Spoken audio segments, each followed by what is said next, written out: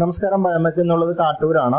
ഒരു apartment residence രണ്ടും കൂടിയിട്ടുള്ള ഒരു കോമ്പൗണ്ടിൽ നമ്മൾ പ്ലാന്റ് വെച്ചിട്ട് അവരുടെ അപ്പാർട്ട്മെന്റിലെ വേസ്റ്റും വീട്ടിലെ വേസ്റ്റും കൂടിയിട്ട് രണ്ടും ഇൻകോപ്പറേറ്റ് ചെയ്തിട്ട് പ്ലാന്റിൽ യൂസ് ചെയ്യാനാണ് ബയോമെക് 40 വെച്ചിരിക്കുന്നത്. ഇവിടെ ഗ്യാസ് ഉപയോഗിക്കുന്നില്ല, അവർ പിന്നീട് കണക്ട് ചെയ്തോളാന്നാണ് പറഞ്ഞിരിക്കുന്നത്. 15 കിലോ പ്ലസ് 25 ലിറ്റർ വെള്ളമാണ് നമുക്ക് ഇതിൽ ട്രീറ്റ് ചെയ്യാൻ പറ്റുന്നത്.